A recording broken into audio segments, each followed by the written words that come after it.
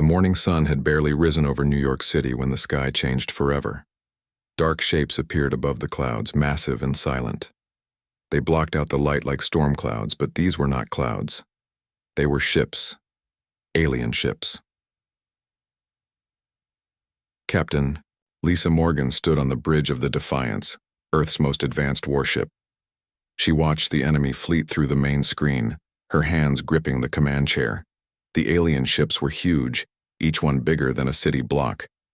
Golden light glowed along their hulls, and strange symbols pulsed like heartbeats. "How many are there?" she asked her crew. Lieutenant Sam Wright looked up from his station, his face pale. "Over 300 ships, Captain. They're positioned above every major city on Earth." Lisa felt her stomach drop. 300 ships. Earth's entire fleet had maybe 50 vessels, and none of them were as large as the smallest alien craft hovering above them. In the White House, President Angela Martinez sat in the Situation Room with her top advisors. The room was filled with urgent voices and the glow of computer screens showing the alien fleet from every angle. "What do we know about them?" she asked. Defense Secretary Ryan Parker pulled up a holographic display. "We call them the Valdorian Empire. Our deep space. Scouts encountered them 6 months ago. They've conquered 17 star systems in the past century. They don't negotiate, they don't trade. They just take what they want." Ambassador Jake Coleman leaned forward. "There has to be something we can do. Some way to talk to them." "They're not interested in talking," Ryan said. "Every species they've met has either surrendered or been destroyed." General Marcus Webb, the head of Earth's United Defense Force, stood at the head of the table. His uniform was crisp, but his eyes showed the weight of impossible decisions. "Our weapons can't penetrate their shields. Their smallest ships could destroy our largest cities. We're not ready for this fight." As if summoned by his words, every screen in the room flickered. The face that appeared was not human. It had pale blue skin stretched tight over sharp bones. Its eyes were black as space, and when it spoke, its voice carried the cold authority of someone used to being obeyed. "I am Admiral Kethvar of the Valdorian Empire," the alien said. "Your species will surrender within 72 hours. You will disarm your military forces. You will submit to Imperial rule. If you refuse, your planet will be cleansed of all life." The transmission cut off, leaving the room in stunned silence. "Cleansed," whispered Ambassador Coleman. "He means they'll kill everyone." President Martinez felt the weight of 7 billion lives pressing down on her shoulders. "What are our options, General?" Marcus Webb looked at the data streaming across his tablet. Earth's defense satellites were already being tracked by Valdorian targeting systems. Their orbital weapons platforms were surrounded by enemy ships. "We can fight," he said slowly, "but we'll lose. Badly." "And if we surrender?" Angela asked. Ryan Parker pulled up files from their intelligence reports. "Based on what happened to other worlds, they'll take our resources. They'll put their own people in charge. Humans will become a working class for the Empire. Those who resist will be eliminated." Lisa Morgan's voice crackled through the communication system from the Defiance. "Mr. President, we're receiving reports from around the globe. The aliens are demonstrating their power." On the main screen, they watched in horror as a Valdorian ship fired a single beam at the moon. The research station there, home to 50 scientists, simply vanished. One moment it was there, the next it was nothing, but glowing particles drifting in space. "They're showing us what will happen if we resist," General Webb said quietly. Commander Alex Hayes, Earth's top expert on alien technology, studied the sensor readings from the demonstration. The energy output was beyond anything humans had ever achieved. A single Valdorian ship could destroy entire cities with one shot. "Their technology is hundreds of years ahead of ours," he reported to the command center. "Their shields use some kind of energy field we don't understand. Their weapons manipulate matter at the atomic level. We're fighting with stone knives against laser cannons." Dr. Emma Stone, working alongside Alex, ran calculations on her computer. "Even if we combined every nuclear weapon on Earth, we couldn't scratch one of their larger ships. Their shields would absorb the energy and use it to power their own weapons.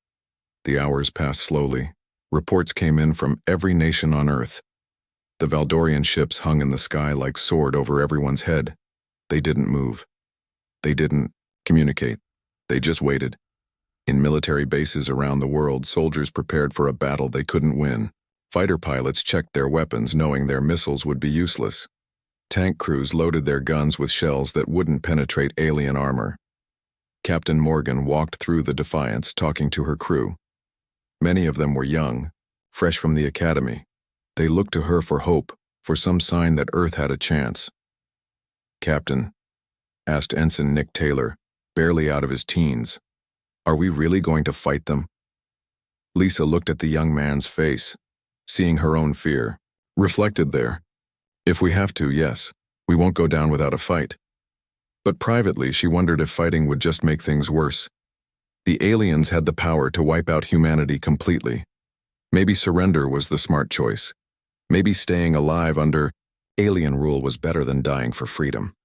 The countdown continued. 60 hours, 50, 40. The world held its breath, waiting for a miracle that seemed impossible. Then, on the second day, something changed. Long-range sensors at the edge of the solar system detected new contacts. Ships moving faster than anything humanity had ever built. Ships that seemed to absorb light instead of reflecting it. Lisa Morgan stared at the sensor display, not believing what she was seeing. "Sam, are you getting this?" Lieutenant Wright nodded, his voice filled with wonder. "Yes, Captain, multiple contacts moving in from the outer system. They're big, really big."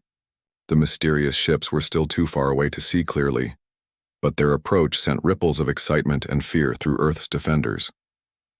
Were these more enemies? Or was help finally coming?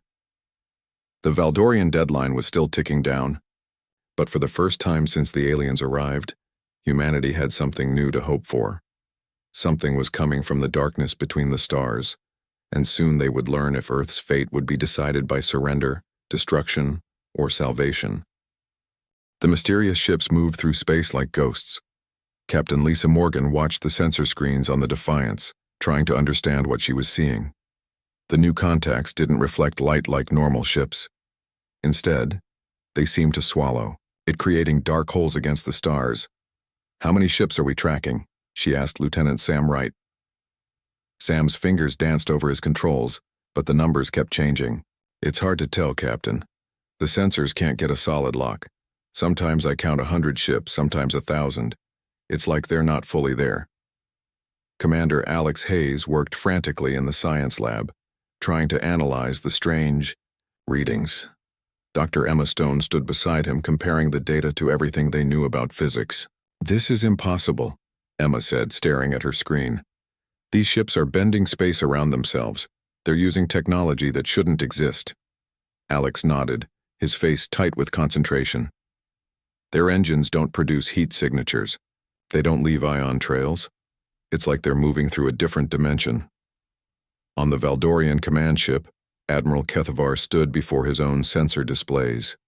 His blue skin had grown pale, and his black eyes showed something his crew had never seen before: uncertainty. "Report," he ordered his tactical officer. Zelnath, a younger Valdorian with nervous energy, looked up from his station. "The contacts are still approaching, Admiral. They'll reach the inner system in 18 hours, but our sensors cannot penetrate their hulls. We cannot determine their weapons or capabilities." Admiral Kethvar had conquered 17 star systems for the Empire. He had faced every known type of ship and weapon in the galaxy, but these dark vessels were something new, something outside his experience. "Send a message to the approaching fleet," he commanded. "Identify themselves and state their business in this system." The communication was sent, but no answer came back. The dark ships continued their silent approach, moving with deadly purpose through the void of space. Back on Earth, President Angela Martinez called an emergency meeting. The Situation Room filled with her top advisors, all of them trying to understand what was happening. "Could these be reinforcements for the Valdorians?" asked Defense Secretary Ryan Parker. General Marcus Webb shook his head. "Our intelligence suggests the Valdorians don't have allies. They conquer alone. Besides, these ships are using completely different technology. Ambassador Jake Coleman leaned forward. Maybe they're here to help us. Maybe someone in the galaxy opposes the Valdorian Empire. Or maybe they're here to claim Earth for themselves, Ryan replied grimly. We could be jumping from one conqueror to another. Angela felt the weight of impossible decisions pressing down on her. The Valdorian deadline was still counting down. In 36 hours, Earth would either surrender or face destruction.